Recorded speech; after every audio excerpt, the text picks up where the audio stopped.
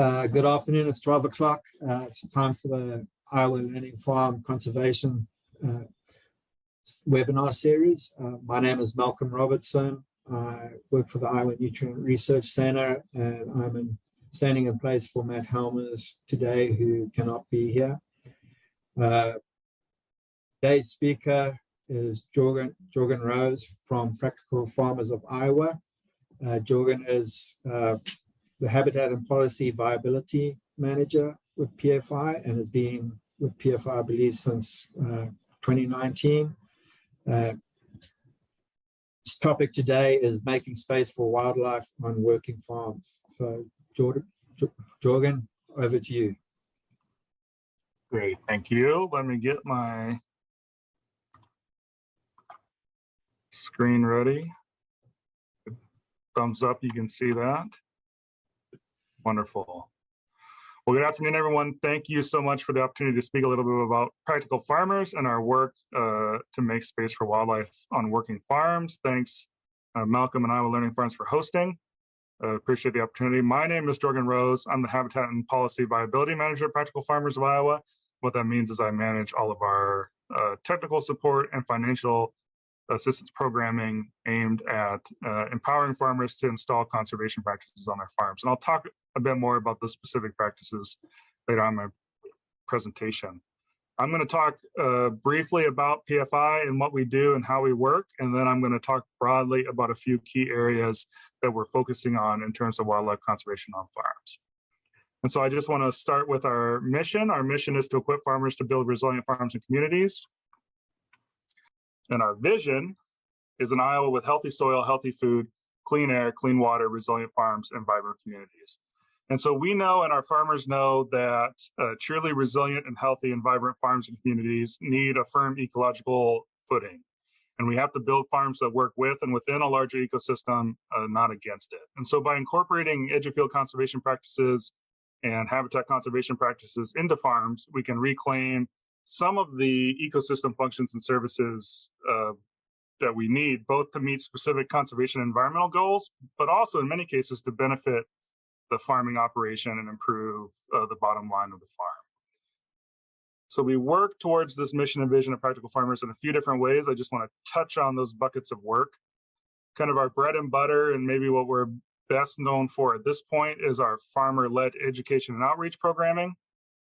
That programming looks a lot like events like this one, virtual and in-person workshops and webinars, but then also we host between 45 and 55 field days a year on farms over the summer.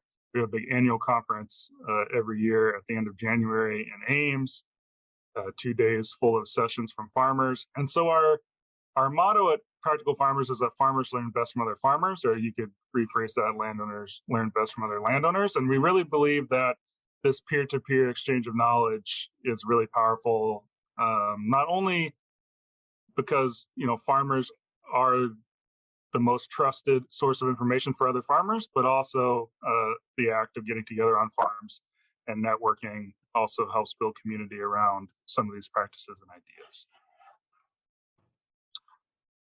Another big bucket of our work at Practical Farmers is our farmer-led on-farm research program. And so at Practical Farmers, we believe that farmers should not only lead the exchange of knowledge through on-farm education, but also the creation of knowledge through on-farm research. And so we help farmers host on-farm real-world trials of agronomic and conservation practices that we think are critical for widespread adoption of those practices. And our goal for this on-farm research program, or our cooperators program, is to empower farmers to ask and answer questions that they have about their own farms. And so our cooperators are asking their own questions, they're designing their own trials, they're collecting their data. Our role is to help with the trial design and data analysis, but the farmers are actually out there implementing the treatments or the practices and collecting the data themselves and figuring out what questions they want to ask and answer. So this is just one example of a recent research report from Practical Farmers. You can see here the title is Reduced N Rate to Corn After Repeated Use of Cover Crops. And so in this particular trial, the farmer Jack Boyer was interested in the impacts of reducing his nitrogen rate after years of using cover crops. So we think this farmer-led on-farm research is important not only to contribute to like the growing body of agricultural research generally, but it's also really important from the standpoint of providing the cooperators and also other farmers with the information they need to confidently try new things on the farm and adopt new practices. The third bucket of work is probably the most relevant for today, and this is what we call our viability work, which is really technical and financial support to farmers and landowners for practices. And so probably the best well-known program that we offer at Practical Farmers currently is our cover crop cost share program in collaboration with several supply chain companies, where we offer financial and technical support for cover crops, but also we offer technical and financial support for growing small grains and some limited technical and financial support for grazing infrastructure. And most relevant for this talk, we are getting ready to offer technical and financial support cost share for several different edge of field and habitat conservation practices. So I'll talk about some of those opportunities that are upcoming later on in the presentation. This is a map of PFI members across the state. So you can see that we have about 5,400 members across the state. About 75% of those are farmers or aspiring farmers. That number has doubled in about 3 years. So we're really growing at Practical Farmers. We continue to grow. I also think it's important to note that this is a big tent. So we have farmers that grow conventional corn and soybeans. We have organic field crops farmers. We have organic and non-organic specialty crop farmers. And then we work with livestock farmers as well, of all shapes and sizes, sheep, goats, pigs, poultry, cattle. And so no matter what you grow or whether you're just interested in edge of field conservation or habitat conservation on farms, there's a place at PFI. We like to call ourselves a big tent. All are welcome. And I think it's important to know that we are member-based. So most of our programming is free and open to the public, but the support of our members makes all that programming possible and makes it possible for us to offer it free and open to the public.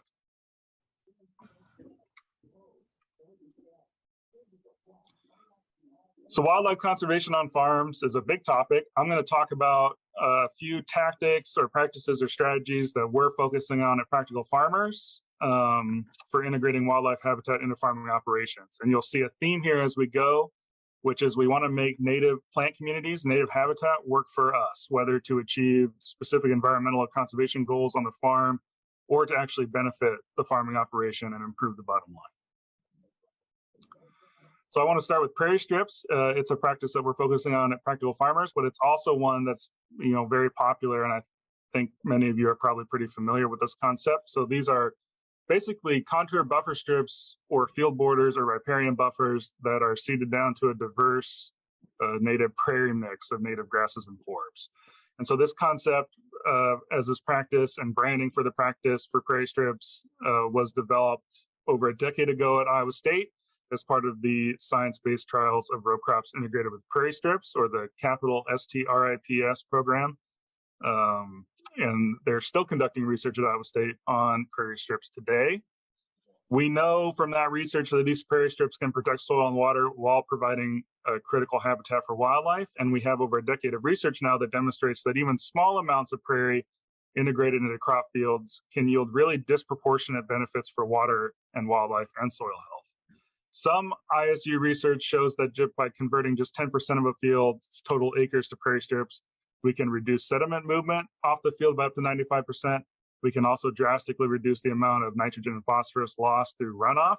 And a lot of this is because these stiff-stem native plants are great at slowing water down as that water passes through the strip, and that lets the sediment and nutrients kind of drop out of the strip and reduces the overall erosive effect of that water as it moves across the field. There's a lot of research at Iowa State that also demonstrates that these strips are great habitat for pollinators and for certain grassland birds that nest successfully in these prairie strips.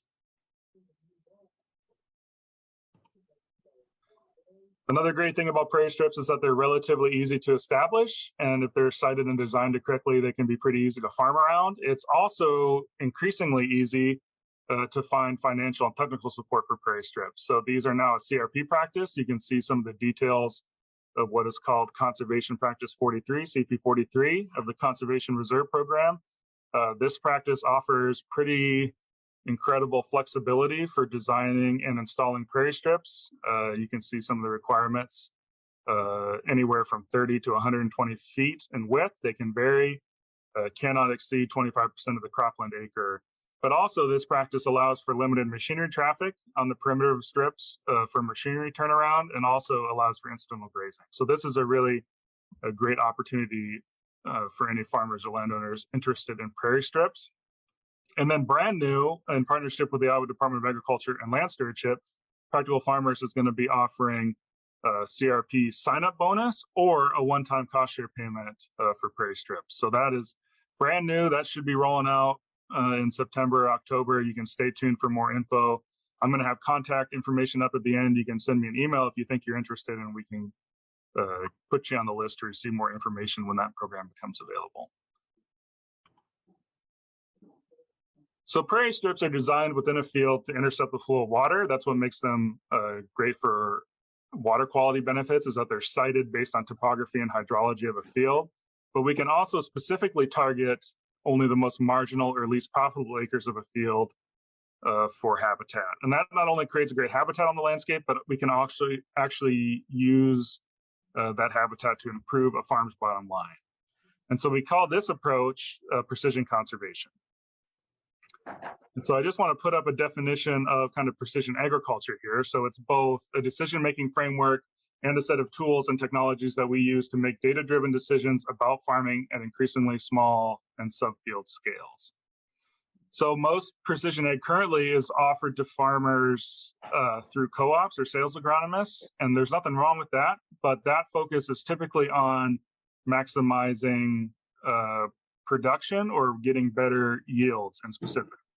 What we don't currently have is supports for farmers that looks at using those data and those tools of precision agriculture to make decisions about what to farm. So precision conservation is the idea that we take the tools and principles of precision ag and put them to work to identify areas of the farm that are perfect opportunities for wildlife habitat, because those areas are not well suited for growing corn and soybeans, and farmers are often losing money trying to grow corn and soybeans in those areas. So we know that this is a significant opportunity across the state. This is just one research from an ag economist that shows, 20% of the farm loses money, 20% of the farm breaks even, and 60% of the farm turns the total profit. So that 20% of the farm that loses money is where we're targeting this concept of precision conservation. Ag Solver has done some research and has found that between 3 and 15% of every field is consistently unprofitable. So that's every year, year after year, regardless of whether commodity prices, up to 15% of a field is not going to turn a profit for that farmer. We're empowered in this approach for precision conservation by a smorgasbord of tools and technologies that really let us collect, analyze, and visualize data easier than ever before. And so this is a good illustration, I think, of the overall concept here. You can see on the top left corner of that left image, those red areas. This is a yield map, and so you never want to see red on a yield map, but there was those red areas. If we look back over previous years, those red areas would also be there. Those deficits in yield in that part of the field are caused by regular ponding in this field. And so by taking those areas out of production, squaring it off there, as you can see in the right image, enrolling that piece into a program like the Conservation Reserve Program, we see a lot of benefits. So ROI is increased by almost 2.5%, return on investments increased by almost 2.5%. The overall profit per acre has increased by $10 an acre, and the average yield has increased. Plus, it's easier to work that field now, right? The tractor's not getting stuck. You're not wasting inputs trying to plant those areas. And then you have some great wildlife habitat as well as a result. Here's just an aerial image of that field. This is that kind of northwest chunk here. You can imagine that if this part of the field wasn't in perennial cover, that would be a total crop loss, right? And I had a farmer just last week tell me that 0 bushels per acre on 10 acres is a big deal in an 80-acre field.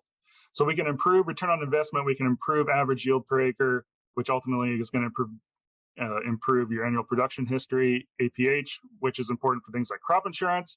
We can improve farmability, and we can create wildlife habitat and water quality benefits in some of these areas.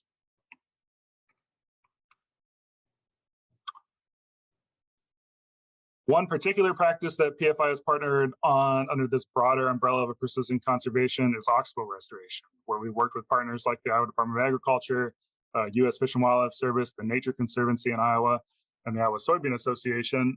And oxbows are old stream channels that have been disconnected either through natural processes or when stream lengths were straightened to aid in farming. And typically, these are filled with sediment before they're restored on the landscape. But rarely are they farmed because they're still hydric. They still want to be a stream. They hold a lot of water. They're difficult to farm. And so it's kind of the classic definition of marginal cropland. But when we restore these oxbows, when we go in and remove that sediment that's filled them in, restore that hydrology, they really form critical off-channel and shallow wetland habitats that are important for waterfowl and also for a lot of fish, including endangered species like the Topeka shiner. So this is just one example of targeting conservation practices on marginal cropland acres. So in addition to the prairie strips, Practical Farmers is going to be working with IDOLS and Pheasants Forever and the U.S. Fish and Wildlife Service to offer technical and financial support for precision conservation generally, but also oxbow restoration more broadly. And again, those programs will be rolling out this fall, so stay tuned for more. And then my contact information will be at the end of the slide, so feel free to reach out. Okay, so I want to shift gears a little bit and talk about beneficial insects. I think we all understand the importance of insects as pollinator species, but I think that we underestimate the importance of pollination in agricultural production here in Iowa because the majority of the crops we grow on the majority of acres, corn and soybeans, don't require insect pollination. And we also underestimate the important role that insects can play in other ways on the farm. So like I said, most of our field crops in Iowa are wind pollinated, but many of the foods we eat, especially our fruits and other produce, are insect pollinated. And so there's a growing number of specialty crop farms in Iowa, and those farms require active and effective insect pollinators to make sure that they grow high quality and high yielding produce crops. And so to encourage insect pollination, one strategy is to plant insectary strips along the edges and within production fields on these specialty crop farms. And this provides a home for pollinators year round. They'll be present to pollinate crops where they're needed. And they also take up a relatively small footprint. So these can be narrow. They're typically planted to a high diversity of wildflowers. On specialty crop farms in smaller areas, they may be planted from seed or from plugs or starts. And so planting from plugs or starts is sometimes more expensive, but you typically get a better establishment and more immediate flowering plants. Either way, the goal is to have nectar resources, so flowering plants available to pollinators throughout the year. And that means incorporating both early blooming flowers like prairie smoke, spiderwort, various native buttercups and violets, along with more popular later blooming flowers like we see above. So some of the pale purple coneflower, oxeye sunflower, Joe Pye weed, things like that. I think one of the most overlooked benefits that native insects can provide is biological pest control. So only a small percentage of insects actually are what we would consider pests, and the rest are beneficial bugs that either help pollinate or in certain scenarios can actually prey on those pest insects and weed seeds to help control pests and reduce chemical usage. So this is true in field crops and in specialty crop farms. So in field crops, prairie strips have been demonstrated to provide a home for a group of insects called syrphids or hoverflies. And these insects are one of the top predators for soybean aphids. And so these prairie strip, there's a lot of research ongoing right now to gauge, how we can better design prairie strips to provide a home for some of these syrphids that can then travel out into the soybean field and eat the aphids that threaten the soybean crop. In specialty crop farms, we can design habitat even more specifically. And so these two photos here are examples of what we call beetle banks. And our goal here is to provide nesting and wintering habitat for native ground nesting predatory beetles. And these beetles are ferocious hunters. They attack prey many times their size, including common crop pests like potato beetles.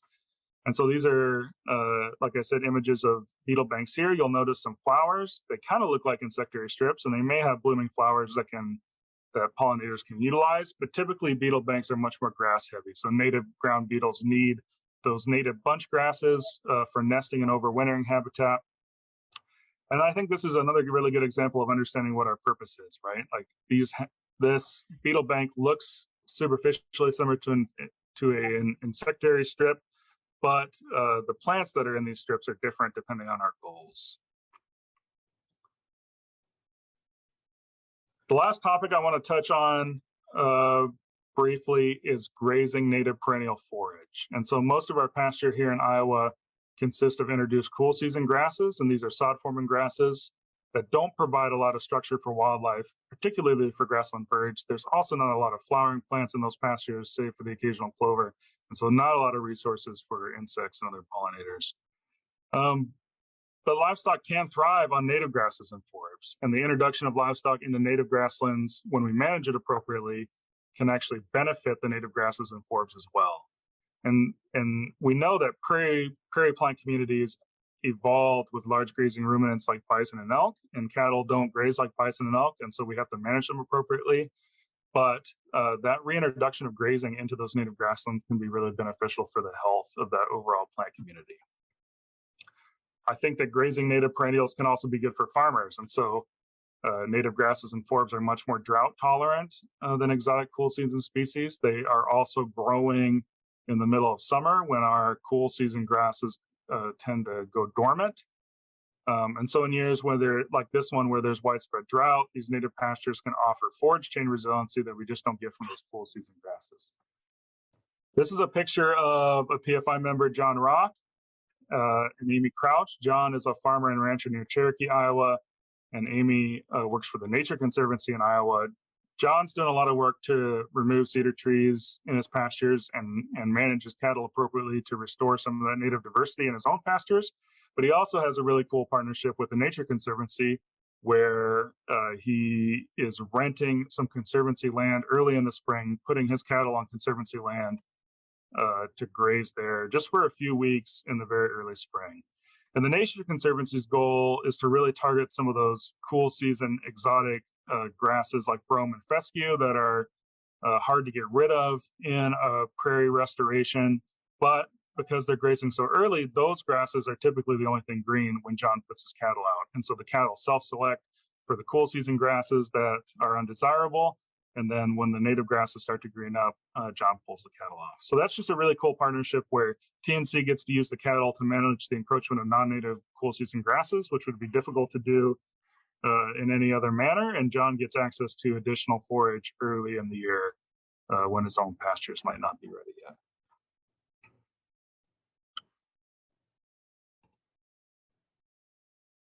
So just a couple closing thoughts here. I went through a lot of information really quickly. These are just a few ways that we're focusing on native habitat restorations at Practical Farmers and focusing on ways to make space for wildlife on farms. The theme, again, is reincorporating that native perennial vegetation and habitat into the farmscape and making that habitat work for us, either designing it, being really thoughtful about how we design and implement that habitat to meet specific conservation and environmental goals, or actually designing and placing that habitat on the farm in order to improve our bottom line. And for all these practices, there are multiple benefits. They can be designed to meet, very specific goals, or kind of generally to meet broad or multiple goals. There's also a smorgasbord of individual practice and conservation programs to choose from. So I mentioned some of these, like the Conservation Reserve Program along the way, but there's a range of conservation practices and a range of conservation programs out there to meet your individual needs. So I always recommend that folks check out their local USDA service center or check with your local extension agent. Many counties have DNR or conservation district wildlife specialists or Pheasants Forever Farm Bill biologists that are great resources. But if all that is daunting, you can always give us a call at Practical Farmers. We'd be happy to get you connected to the resources we need. We might offer those resources ourselves, or we can probably figure out who can offer it. So with that, I am going to share some information about continuing education units. So if you watch this webinar live to earn a CCA CEU, you can send the following information to Liz Ripley, and her email address is there by Wednesday, August 17th at 5 p.m. Make sure you include your name, the name you entered to watch the webinar if it's different than your name, and your CCA or CPAG, CPSS, or CPSC number. And then attendance for the live webinar will be verified, and your name and number will be submitted on the sign-in sheet for the CEU to the CEA board if the CEU is approved. Also just want to give a plug for the next webinar before we answer some questions. So the next webinar is on cover cropping and tillage, show mixed results on nitrogen losses. So you can listen to Peter O'Brien talk about cover cropping and tillage and nitrogen loss. And with that, I'll go back to this screen with my contact information. Do we have some questions, Malcolm? Great, Jorgen. Yeah, thank you very much. Great presentation, very topical. I'm going to start off with, and yeah, please, if there's anyone who's got questions, type them into the chat box and I'll get to them. So I'm interested in the policy side and how successful PFI has been with their various programs like the Cooperators Program, etc., in getting policy modified or changed. Have you had much success in that area? Yeah, I'm sorry, Malcolm, I cut out a little bit. Can you repeat that question? Yeah. So in your job description, you got policy viability manager. So I'm just wondering how successful PFI has been with their various programs in getting policy to be changed or adopted. Yeah, we don't do a lot of policy work at Practical Farmers. We do engage in a technical aspect with a lot of the conservation programs. So we serve on the State Technical Committee for the Natural Resources Conservation Service and some of those working lands programs. And so I think we've had some good success making those programs more user-friendly. But we do advocate for increased funding for conservation programs like the Environmental Quality Incentives Program and Conservation Stewardship Program, and we have seen growth in funding for those programs over the last few years. So it's always hard to gauge, what grassroots policy, how effective it is, but I think we've seen changes in the right direction. So good. And Malcolm, I have some questions that have been chatted directly to me, I think. Maybe you can't see those, but I can just read those if you'd like. Okay, yeah, go ahead. So Landon asks, what are starts? I know what plugs are, but not starts. I would call them largely the same thing. I think some people call them starts, some people call them plugs, but they're just little baby plants that you're planting instead of planting from seed. And then Landon also asked, do we collaborate with any Pheasants Forever precision conservation folks? PACs, I believe they're called in Wisconsin where I'm at, and somebody else also asked about Pheasants Forever. And yes, we are offering services similar to what those PACs offer, and we're actually partnering with Pheasants Forever to rehire a PAC position in Iowa. So it's both. We have a partnership with Pheasants Forever to get that staff member replaced here in Iowa, but then also Practical Farmers will be offering those services as well. Douglas also asked, please detail what is presently known about the Practical Farmers bonus payment for CP43. Yeah, like I said, the details will be finalized hopefully this fall, but Practical Farmers through the Iowa Department of Agriculture and Land Stewardship will be offering just a one-time per acre bonus payment, probably based on the annual or average rental rate in a county or a crop district for farmers that enroll in CP43. So I think the statewide average is $253. So somewhere in that area, one-time bonus payment per acre for enrolling in CRP. Right, Jorgen, I have a couple of questions here. Are PFI, this is a two-part question, are PFI farmers mostly landowners or renters? And does the project engage the landowners directly, or is it focused on the operator and overall profitability of the farming? Yeah, that's a good question. I think, in Iowa, upwards of 70% in some counties of our land is rented. And so we have a lot of farmers in PFI who rent land, but we also have a lot of farmers who own land. And most farmers, I think, have some combination of both. I think for topics like wildlife conservation, where you're talking about perennial habitat that we're establishing, hopefully on a semi-permanent basis on farms, it's really important to have both the farmer and the landowner in that conversation. So I think we're looking at ways that we can reach both those audiences. Did that answer the question, Malcolm? Yeah, I believe so. Okay, next question. You kind of touched on this a little bit. Does Practical Farmers lobby for farmers? Yeah, I wouldn't say that we lobby for farmers. We work to educate decision makers on a few broad topics. So I mentioned increased funding for working lands conservation programs is a big one, but also increased funding for sustainable agriculture research is another topic that we work to educate on and build support for. And also some topics like programs to support beginning farmers. So we have a really narrow list of topics at Practical Farmers that we work on in terms of policy. Largely, our goal is just to empower our farmer members to make their voices heard. So we're not so much into lobbying as we are trying to provide farmers with the resources and tools that they need to lobby for themselves.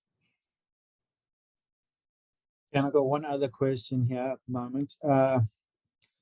Jorgen, are you seeing landowners and farmers cooperating across property lines in areas to maximize total habitat available in a specific area? And they followed with a statement, any habitat is valuable, of course, but the bigger the concentration, the more types of wildlife can be supported. Yeah, I think that's right. I think we see like anecdotal cases of that where someone will approach a neighbor with a cool project they're working on. We see that typically in like larger wetland restoration projects like CREP wetlands. CREP is a program offered by IDALS and the Natural Resources Conservation Service for large wetland restorations in Iowa. And so we see some of that, but it's still largely landowner by landowner or farmer by farmer. And so I don't think that we see enough of that on the landscape, but probably an area to work on. And yeah, when we can match up habitat, when we can create connectivity between blocks of habitat on the landscape, that's going to be beneficial for wildlife. That's all the questions I've had in the chat. I have one other question. This was on the prairie strips. When I worked at the Leopold Center, I worked in the early days of prairie strips. And I haven't worked with prairie strips for a while. Are you at PFI finding a lot of your members are adopting prairie strips?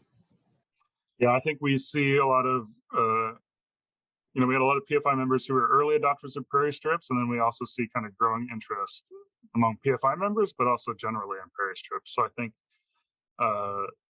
the offering of the prairie strips practice, CP43, through the Conservation Reserve Program was a big boost. I think, that's the Conservation Reserve Program will provide farmers with an annual rental payment for those acres that they install on prairie strips. And so that's pretty attractive for producers. It compensates for some of the lost income from not farming those acres. So that's been a big boost. I think we see a lot of adoption or interest in adoption since that practice has been made available through the Conservation Reserve Program. But I think it's also just we're growing an awareness of the utility that some of these native plants can have on the landscape. And the research is constantly improving about the benefits of prairie strips. And so that also makes them more attractive, right? Right, yeah. It's a good program. It's a great program. Really. Got another question that came in. And another one after that. Great. Do most of the farmers you work with on conservation efforts overlap with other conservationist groups, such as hunters, etc., or do you see interest across the board? Yeah, I think that we're just one resource for farmers and our farmer members, and just like you have multiple advisors for your taxes, and you might have a tax attorney and a tax advisor or an attorney and a financial planner. Farmers need to seek out different sources of expertise for the different things they want to do. So I think we see a lot of our members have involvement with groups like Iowa Soybean Association for some of their conservation work, or their local NRCS offices, or Pheasants Forever, or Fish and Wildlife Service. So we definitely see overlap. There's no I think we're all the organizations and partners are trying to work together as much as possible to meet the needs of farmers and get some of these practices on the landscape. Okay, so this came from Catherine, and I'm not quite, following the thread on this. I hope I get it right. And I take it she's talking about, excuse me, most of your programs. How does this balance with carbon credits and farmers that are putting in practices that count for those? So I'm assuming she's talking about a lot of the programs you got in place. Like So carbon credits are another way for farmers to receive some financial incentive or financial compensation for implementing these practices. Some of our programming at Practical Farmers, like our cost share programming, can overlap with carbon credits and carbon markets, but some of it cannot. So like our cover crops program can't overlap with carbon markets, but a lot of our edge of field conservation programs can. So that's just kind of a case by case basis, and those details would be made available as you work through that process. But then flying and fast, I hope I haven't missed any here. Does PFI encourage farmers and landowners to avoid using seed coatings with neonicotinoids, when they install prairie strips, etc., to protect the insect attracted to the strips that are near the crops? Okay, sorry, I kind of gobbled that one. Yeah, I don't know if we encourage farmers one way or another. We have several members who have conducted on-farm research trials looking at the efficacy of neonic seed treatments in actually protecting yields. And what those trials have largely demonstrated is that there's not a significant yield difference between using neonic treated seed and untreated seed. And so we're just, trying to share that information and I think try and share information about the available options that producers have related to seed coatings, especially soybean seed treatments, which are often pretty customizable at the seed dealer. And so we've been doing, supporting our farmer members in their on-farm research efforts related to neonic seed treatments and trying to spread awareness of the prevalence of those neonic seed treatments. I think in prairie strips, this is still an area that probably needs more research, but I just heard a few weeks ago that relatively low concentrations of neonics in prairie strips. I also think that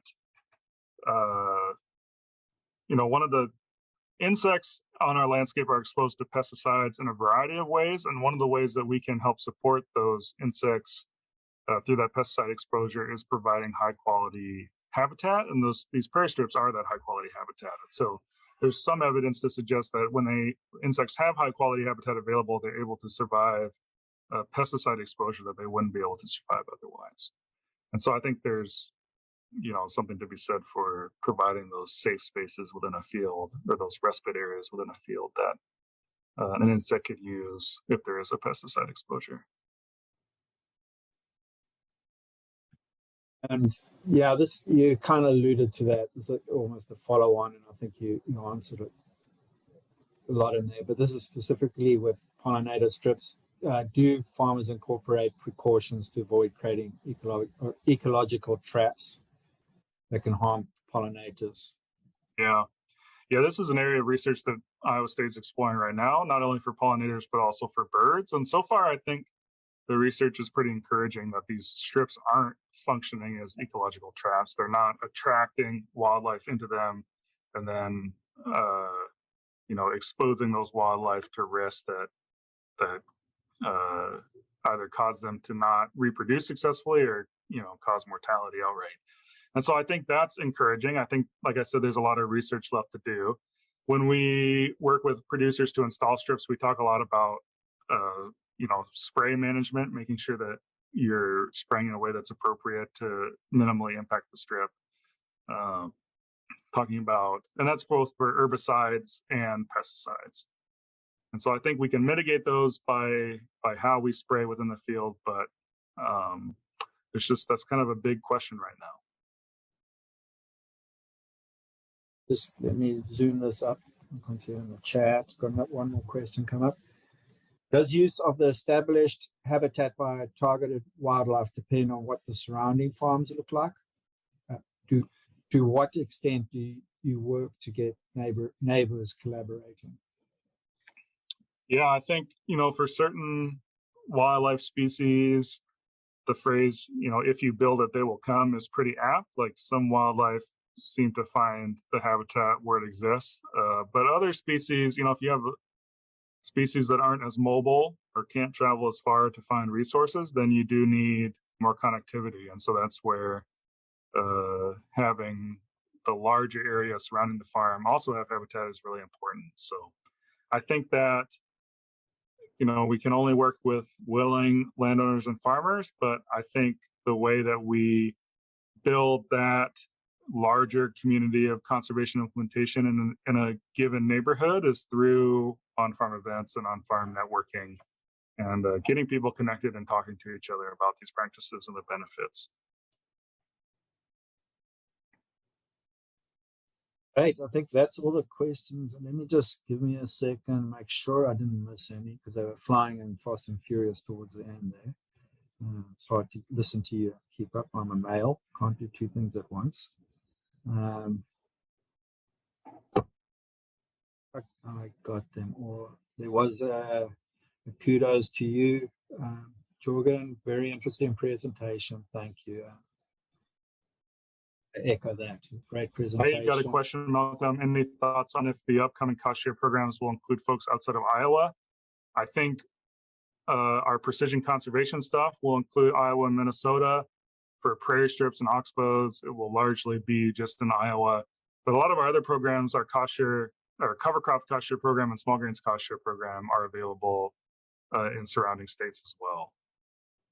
So it just kind of varies by program. I think our hope is to expand those things outside of Iowa for like prairie strips and oxbows eventually, but right now they'll just be focused in Iowa.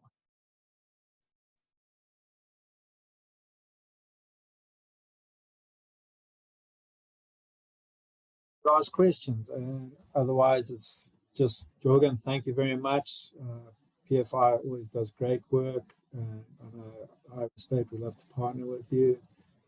I've partners with you guys and some of the cover crop work. And yeah, that's how we get ahead. It's through these partnerships. So, if the one final call for any questions. If not, not seeing anything.